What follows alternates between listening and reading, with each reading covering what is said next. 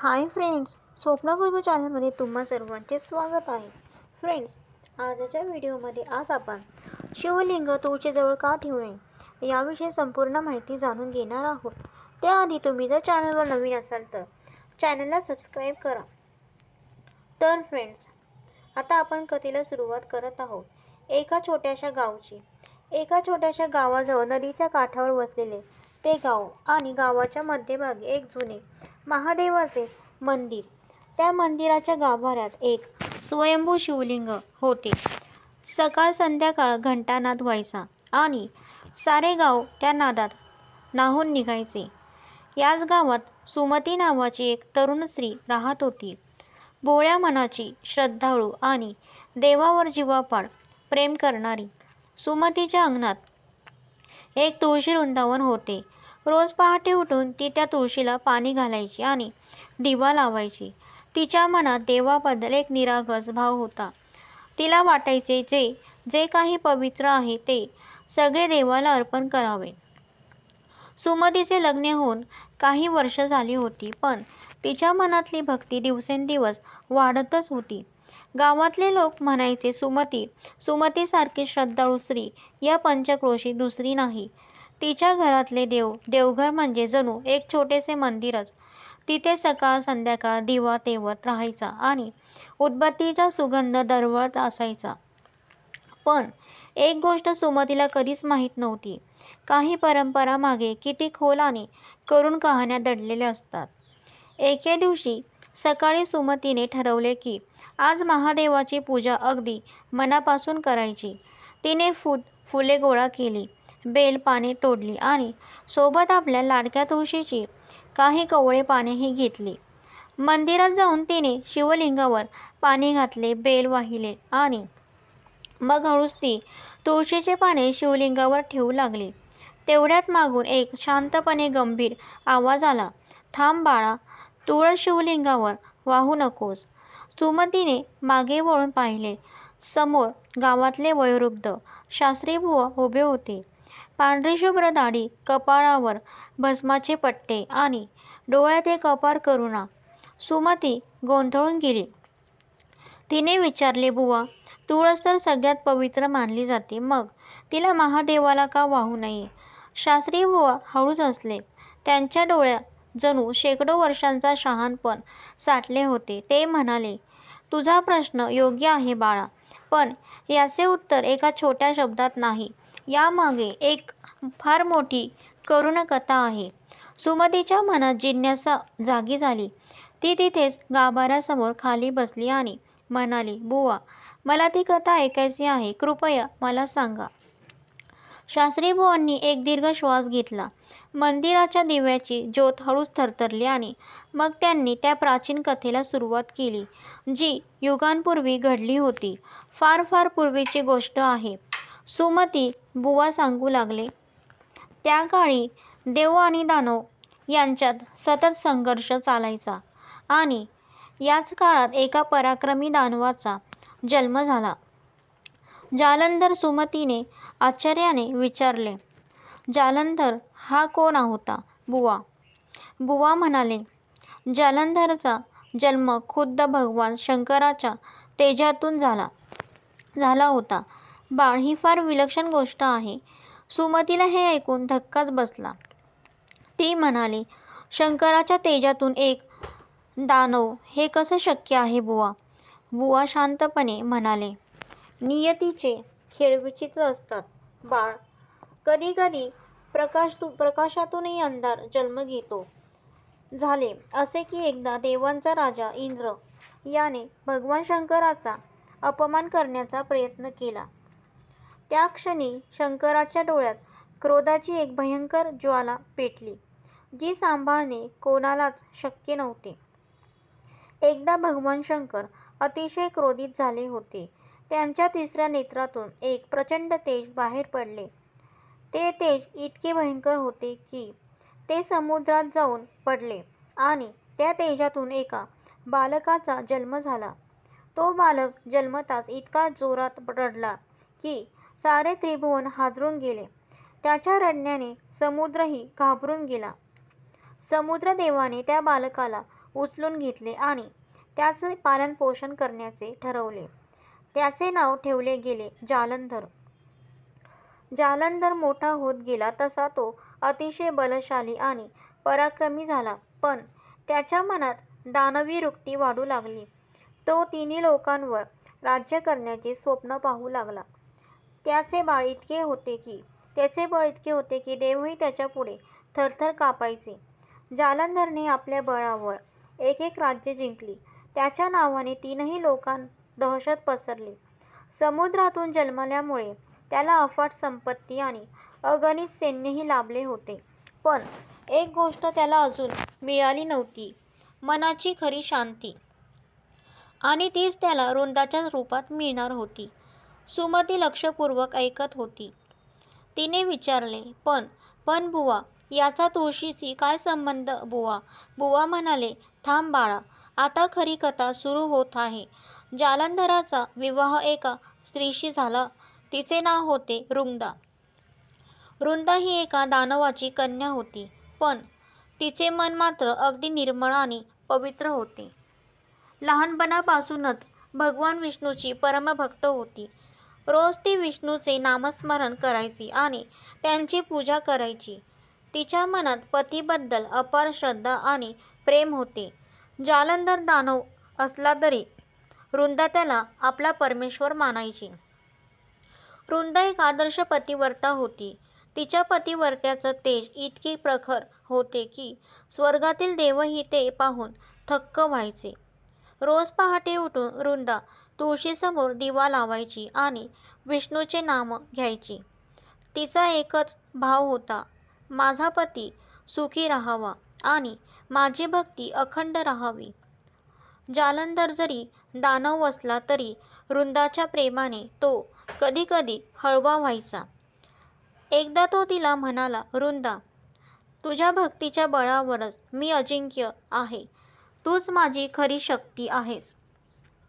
रुंदा नम्रपणे म्हणाली, स्वामी, मी फक्त माझा धर्म पाळते. बाकी सारे त्या परमेश्वराच्या हाती आहे. आणि याच पतिव्रत्यामुळे एक विलक्षण गोष्ट घडली होती.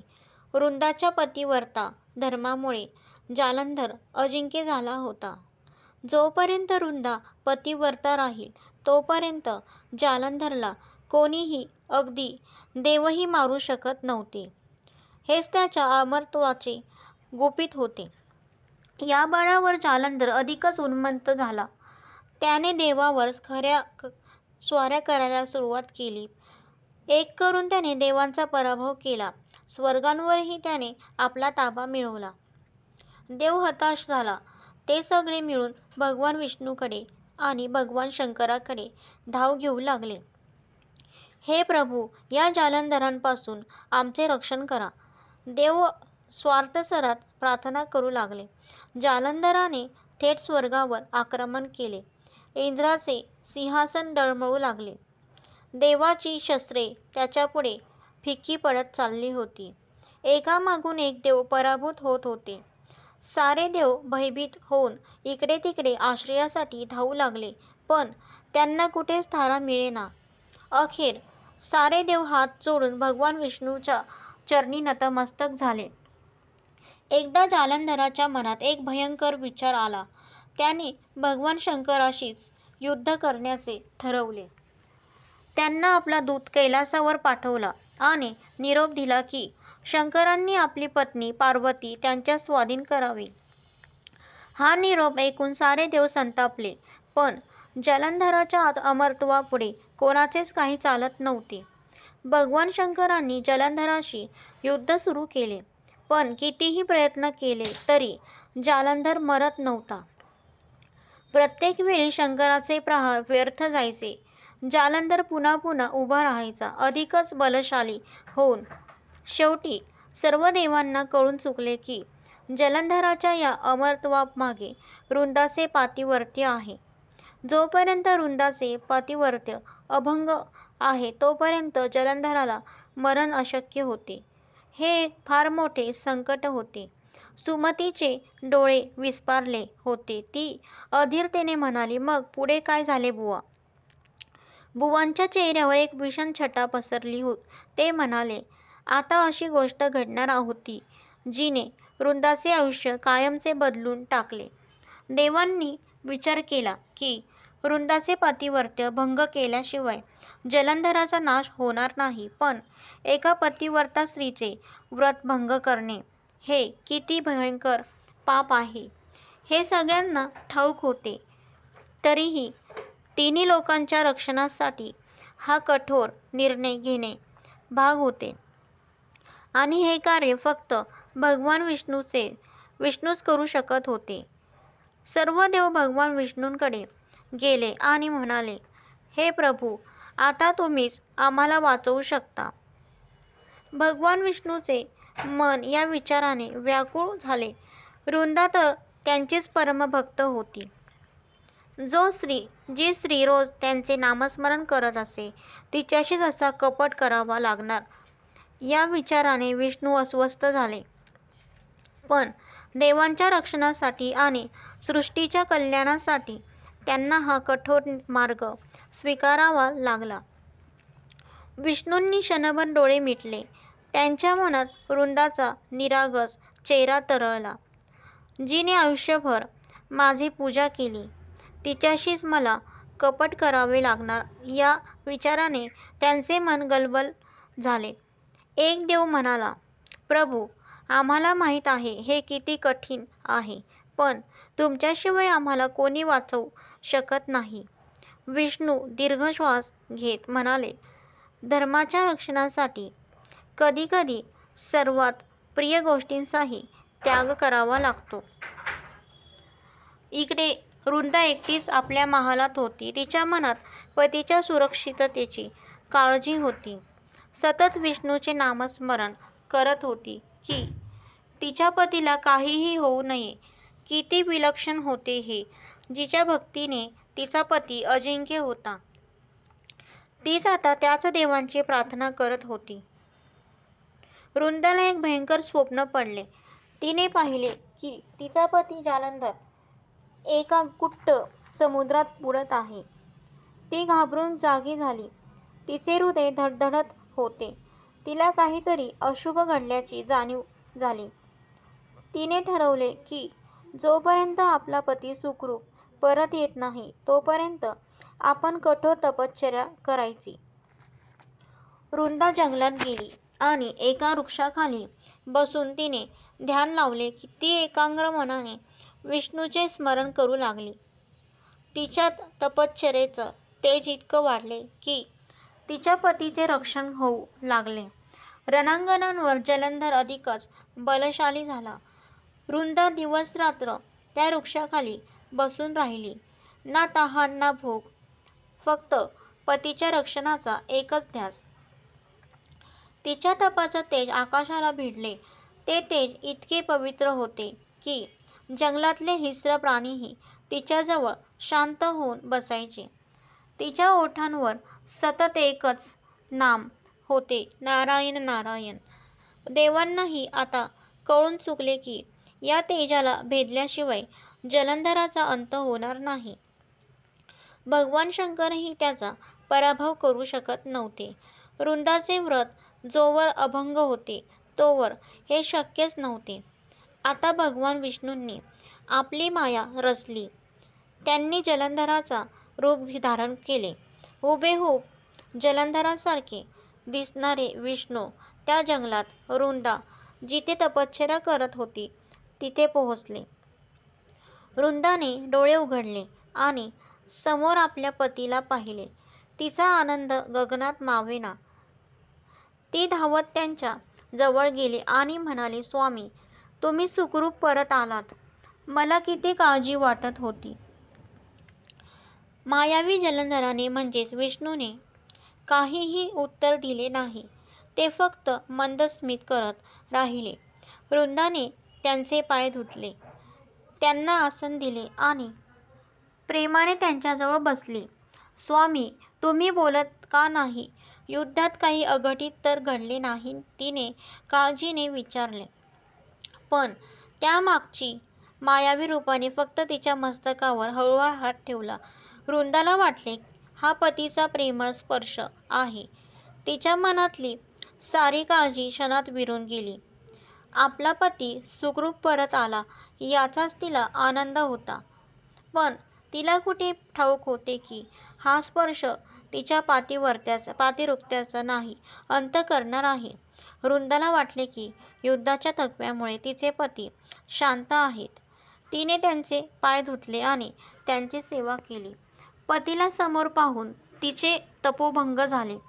तिचं व्रत मोडले आणि त्याच क्षणी दूर रणांगणावर एक भयंकर गोष्ट घडली. वृंदाचे पातिव्रत्य भंग होताच जलंधराचा अमरत्वाचे कवच नाहीसे झाले. तो असह्य झाला. भगवान शंकरांनी आपल्या त्रिशूळाने जलंधराचा मस्तक धडा वेगळे केले.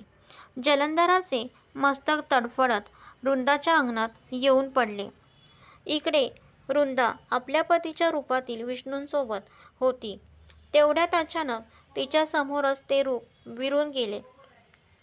जलंधराच्या जागी आता साक्षात भगवान विष्णू उभे होते. वृंदा स्तब्ध झाली. तिच्या पायाखालची जमीन सरकली. आपल्यासोबत काय घडले हे लक्षात येताच तिच्या काळजाचा ठोका चुकला. वृंदाचे डोळे संतापाने आणि दुःखाने भरून आले. तिच्या शरीराचा थरकाप उडाला. ती किंचाळली, हे विष्णू, तुम्ही माझ्याशी असा कपट केलात. ज्या देवाला मी रोज पूजत होते त्यानेच माझ्या पातिव्रत्याचा घात केला. तिच्या डोळ्यातून अश्रूंच्या धारा वाहू लागल्या. तिचे हृदय शतशः विदीर्ण झाले होते. ती रडत रडत म्हणाली, मी तुमची इतकी भक्ती केली आणि याचे फळ तुम्ही मला असे दिलेत. माझ्या पतीचा प्राणही तुमच्या या कपटामुळे गेला. भगवान विष्णू मान खाली घालून उभे होते. त्यांच्या डोळ्यातून अश्रू वाहत होते, पण ते काहीच बोलू शकत नव्हते. वृंदाच्या आक्रोशाने सारे जंगल थरथरले. पक्षी घरटी सोडून आकाशात उडाले. माझ्या शुद्ध भक्तीचा तुम्ही असा गैरफायदा घेतलात.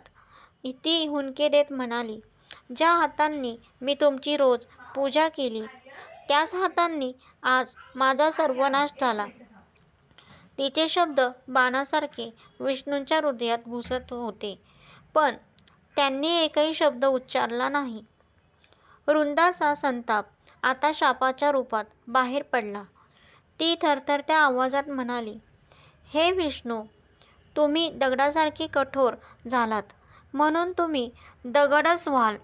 या पृथ्वीवर तुम्ही पाषाण रूपात राहाल. हा शाप उच्चारताच सारे वातावरण स्तब्ध झाले. आकाशातही ढग गडगडी. भगवान विष्णूंनी तो शाप नम्रपणे स्वीकारला आणि याच शापामुळे विष्णू शालिग्राम रूपात पाषाण झाले. अशी श्रद्धा आहे. सुमती हे ऐकून सुन्न झाली होती. तिच्याही डोळ्यात पाणी तरारून उठले. ती हळूच म्हणाली, किती करुण आहे हे बुवा.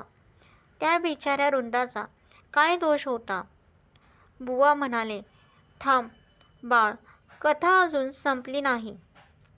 आता तर खरं खरं वळण येणार आहे. शाप देऊन झाल्यावर वृंदाला आपल्या पतीच्या मृत्यूची जाणीव झाली. समोरच जलंधराचे मस्तक पडले होते. तिचे दुःख आता असह्य झाले. तिने ठरवले की आता या जगात राहायचे नाही. ती आपल्या पतीच्या मस्तकाला मिठी मारून तिथेच जळत्या चितेत उडी घ्यायला तयार झाली. वृंदाने जवळच एक चिता रचली आणि पतीच्या मस्तकासह ती त्या अग्नीत प्रवेश करत झाली. धगधगत्या ज्वालांमध्ये वृंदाचे शरीर भस्म झाले, पण तिच्या पातिव्रत्याचे तेज मात्र अमर राहिले. हे दृश्य पाहून भगवान विष्णूंचे हृदय पिळवटून निघाले. आपल्या परमभक्ताची ही अवस्था त्यांना पाहू शकत नव्हते. त्यांच्या डोळ्यातून अश्रूंचा पूर वाहू लागला. ते वृंदाच्या त्या राखेजवळ बसून राहिले. भगवान विष्णूंचे मन कशातच रमेना. वृंदाच्या वियोगाने ते व्याकुळ झाले होते. सारे जग या घटनेने हादरून गेले. देवी देवताही या करुण अंताने दुःखी झाल्या. मग सर्व देव आणि देवी विष्णूंजवळ आले. त्यांनी विष्णूंना समजावण्याचा प्रयत्न केला, पण विष्णूचे मन रुंदातच गुंतले होते. त्यांनी रुंदाच्या त्या पवित्र राखेवर आपला हात फिरवला आणि तेव्हा एक चमत्कार घडला. त्या राखेतून एक सुंदर हिरवेगार रोपटे उगवले. त्या रोपट्यातून एक दिव्य सुगंध दरवळू लागला. ते रोपटे अतिशय पवित्र आणि तेजस्वी होते. भगवान विष्णू म्हणाले, हे रुंदा, तुझे पातिव्रत्य आणि तुझी भक्ती अजरामर आहे. आजपासून तू या रोपट्याच्या रूपात या पृथ्वीवर पूजली जाशील. तुझे नाव असेल तुळस आणि तू मला प्राणाहूनही प्रिय असशील. तुझ्याशिवाय माझी कोणतीही पूजा पूर्ण होणार नाही. जो कोणी माझ्या पूजेत तुळशीचे पान वाहील, त्याला मी शतपटीने आशीर्वाद देईन. तुळस माझ्या मस्तकावर विराजमान होईल. देवी देवतांनी रुंदेच्या त्या रूपावर पुष्पवृष्टी केली. आकाशातून दिव्य सूर उमटले. धन्य आहे ती रुंदा, जिच्या त्यागापासून ही पवित्र तुळस जन्माला आली, असे सारे देव म्हणू लागले. भगवान विष्णूंनी वचन दिले, जिथे जिथे तुळस असेल तिथे तिथे मी वास करेन. तुळस आणि शालिग्राम यांचा विवाह भक्त मोठ्या श्रद्धेने करतील. अशा रीतीने रुंदा तुळस झाली आणि तिचे तुळस भगवान विष्णूंना सर्वात प्रिय झाले. आजही कार्तिक महिन्यात तुळशी विवाह मोठ्या भक्तिभावाने साजरा केला जातो. तो याच पवित्र कथेची आठवण करून देतो. म्हणूनच आजही विष्णूच्या कृष्णाच्या पूजेत तुळस अत्यावश्यक मानली जाते. तुळशीशिवाय विष्णूंचा नैवेद्यही अपूर्ण समजला जातो. सुमती भारावून गेली होती. ती म्हणाली, किती सुंदर बुवा, म्हणजे तुळस ही खरं तर रुंदेचेच रूप आहे. होय बाळा, बुवा म्हणाले. पण आता तुझ्यामुळे प्रश्नांचे उत्तर येते. तुला आठवतंय ना, रुंदाचा पती कोण होता? जालंधर. आणि जालंधराचा वध कोणी केला? भगवान शंकराने. सुमतीच्या मनात आता प्रकाश पडू लागला. तिच्या चेहऱ्यावर आश्चर्याची छटा पसरली. बुवा पुढे म्हणाले, रुंदा म्हणजेच तुळस ही जालंधराची पत्नी आणि जालंधराचा वध भगवान शंकराच्या हातून झाला. एका पतिव्रता स्त्रीसाठी तिचा पती हाच सर्वस्व असतो. त्या दृष्टीने भगवान शंकर हे तुळशीच्या पतीचे वध करते ठरतात. म्हणूनच जिच्या पतीचा वध ज्याच्या हातून झाला त्याच शंकरांना तुळस वाहिणे म्हणजे तुळशीचा एक अपमानच असतो. त्यामुळे आज आपण हे जाणून घेतले की शिवलिंगाजवळ तुळशीजवळ शिवलिंग का ठेवले जात नाही, यामागील हे मोठे रहस्य दडलेले आहे. तर फ्रेंड्स, अशा प्रकारे आपला व्हिडिओ इथे समाप्त होतो. तर फ्रेंड्स, तुम्हाला जर माझा व्हिडिओ आवडला असेल तर लाईक करा, शेअर करा, सबस्क्राईब करा. पुन्हा भेटू एका नवीन व्हिडिओसह. तोपर्यंत बाय.